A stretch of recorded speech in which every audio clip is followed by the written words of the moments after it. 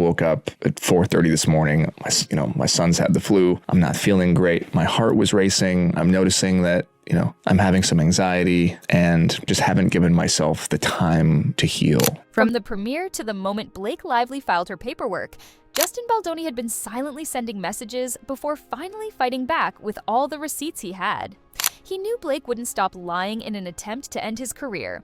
Initially, Blake Lively accused Justin Baldoni of launching a smear campaign against her, despite the fact that her own past and present interviews had already done most of the damage. The public had enough material to form their own opinions. However, before all of this, Justin never made any negative statements about Blake, even on the day she sent him to the basement at his own premiere. Despite the challenges he faced with Blake on set, Justin continued to speak highly of her. So I'm hoping to see you back in the double duty role.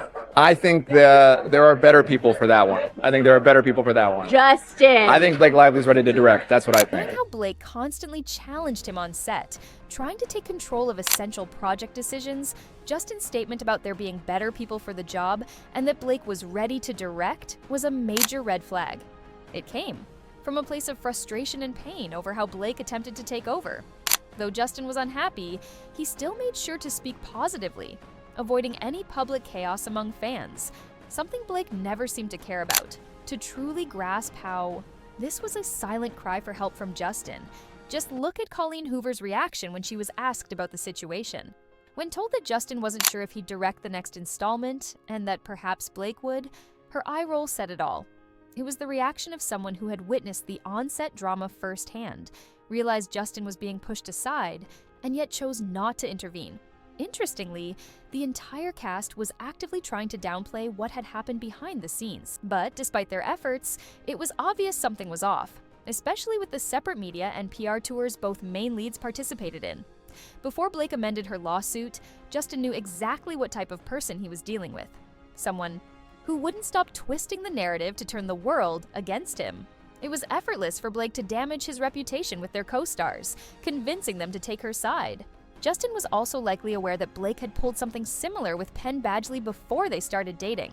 Regardless, he recognized that she had the influence to ruin his career, which is why he issued his silent warning, choosing to stay quiet until Blake escalated her accusations even further with more lies. In the amended lawsuit, Blake claimed that 2 other actresses had accused Justin of misconduct on set and were prepared to testify against him at trial. These women were rumored to be Isabella Ferrer and Jenny Slate. However, the claim about Isabella was completely baseless, as she had personally sent Justin a message after filming, thanking him for creating a safe and supportive environment. She wrote, "You are such a wonderful, smart, and sincere director. You created such a comfortable, safe space for me to fully step into this role. I couldn't have asked for a more welcoming environment. It will stay with me for the rest of my life." If Isabella had truly experienced harassment, she would never have expressed such gratitude. Blake's attempt to manipulate the narrative was falling apart. As for Jenny Slate, she had been supporting Blake from the beginning, just like Colleen Hoover. However, as more evidence surfaced contradicting Blake's claims, Jenny has noticeably remained silent. It's also worth noting that Jenny has a history of toxic behavior, having allegedly mistreated her ex-boyfriend, Chris Evans, to the point where she now exhibits similar patterns toward her friends and even her husband. Hit him so much. I came back from making our movie and hit some of my friends because I was so used to just hitting Chris all the time, and a couple of my friends were like, "You know what?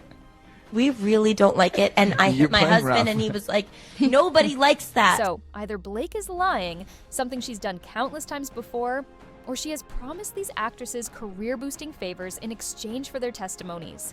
Either way, the situation is shocking. What's even wilder is that Justin foresaw all of this happening and tried to warn us just by being himself. Even after the public saw clear evidence of how Blake was trying to destroy his career, the lack of support for Justin was alarming. If things had gone Blake's way, he would have been completely finished. Given her determination to bury him in legal fees, there was little chance of him standing his ground. Justin Baldoni's net worth is estimated to be between $4 to $6 million. In comparison, Blake is worth $30 million, while her husband, Ryan Reynolds, sits at an astronomical $350 million. With that level of financial and star power, they could easily intimidate Justin and outmaneuver him in every way possible. Despite enduring repeated setbacks on set, Justin sent another warning when he delayed filing his lawsuit until after Blake had already made her move. Unfortunately, that delay wasn't by choice. It was because he simply couldn't afford the legal battle. Blake knew that too, which is why she and her team targeted him, stripping him of his movie and humiliating him at the premiere. Shockingly, Justin found a way to fight back, thanks to his billionaire friend Steve Sarowitz, the co-founder of Wayfarer Studios, whose net worth is an estimated $2.5 billion, far exceeding Blake and Ryan's combined wealth. But the most absurd part? Blake's amended lawsuit actually expresses frustration over Justin's newfound financial backing. She had banked on him being forced into a settlement simply because he wouldn't have been able to afford the legal fees otherwise. Aside from financial resources, Blake and Ryan have another major advantage: industry influence. With their deep Hollywood connections, they can call in favors, sway public narratives, and ensure support from powerful players. This influence became another nightmare for Justin, both before and after his firing from William Morris Endeavor, the same talent agency that represents Blake and Ryan. At first, the company tried to maintain that there was no bias in letting Justin go, but the truth came out when the agency's chief executive, Ari Emanuel, openly sided with the power couple. His words were damning. I mean, it's a messed up situation with what Baldoni is doing. That's why I fired him. I've known Ryan and Blake for over a decade. They're incredible people in Hollywood. They've been extremely successful, charitable, and have given away tons of money. Ari made it clear that he fully supported Blake and Ryan. In response, Justin's lawyer, Brian Friedman, pointed out that Ari's opinion would have been entirely different had he actually interacted with Justin when he was still a client.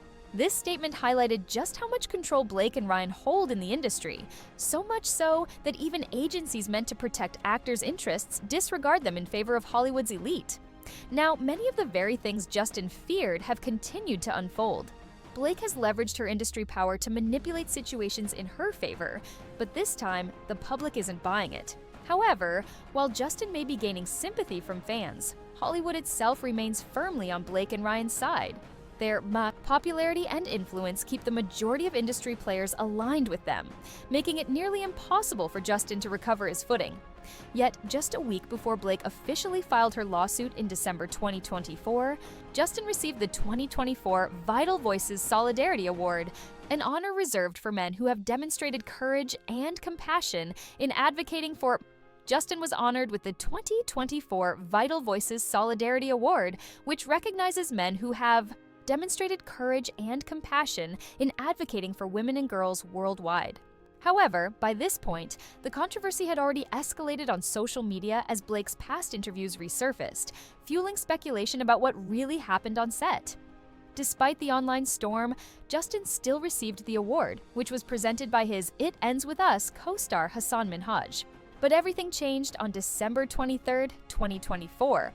After Blake officially filed her lawsuit, Vital Voices publicly rescinded the award and informed Justin of their decision. The organization released a statement explaining their reasoning. On December 9, 2024, we recognized Justin Baldoni with this award. On Saturday, December 23rd, we learned through news reports about a lawsuit brought by Blake Lively against Mr. Baldoni, his publicists, and others, alleging disturbing and abhorrent conduct. But here's the craziest part. Blake and Ryan didn't just mock Justin for being a feminist. In her amended lawsuit, Blake actually quoted Justin's 2017 TED Talk, twisting his words and using them against him. And it's not the first time. She's publicly dissed him. Just weeks before It Ends With Us was set to premiere, she made an Instagram post implying that nice men use feminism as a tool, subtly hinting at Justin. Now, with his award revoked, it's hard to believe that was just a coincidence. The backlash didn't stop there. Many cast members turned against Justin, with several unfollowing him, including It Ends With Us author Colleen Hoover, someone he had worked closely with since 2019. That betrayal hit hard, but the biggest shock was losing his longtime podcast. Co-host. For 4 years, Justin co-hosted Man Enough alongside Liz Plank, but on December 23, 2024, she announced she was leaving the show. In her statement, Liz wrote, "I have had my representatives inform Wayfarer that I will no longer be co-hosting the Man Enough podcast." But it wasn't just an exit. She took a direct jab at Justin. Addressing the podcast's listeners, she added, "We, all deserve better, and I know that together we can create it. I will have more to share soon as I continue to process everything that has happened. In the meantime, I will continue to support those who call out injustice and hold people accountable. For Justin, seeing Liz walk away in support of Blake after years of working together was devastating. But she wasn't the only one distancing themselves. Many people who had previously worked with Justin began severing ties, clearly feeling the pressure of Blake's influence. One striking example was Elizabeth Day, the host of How to Fail.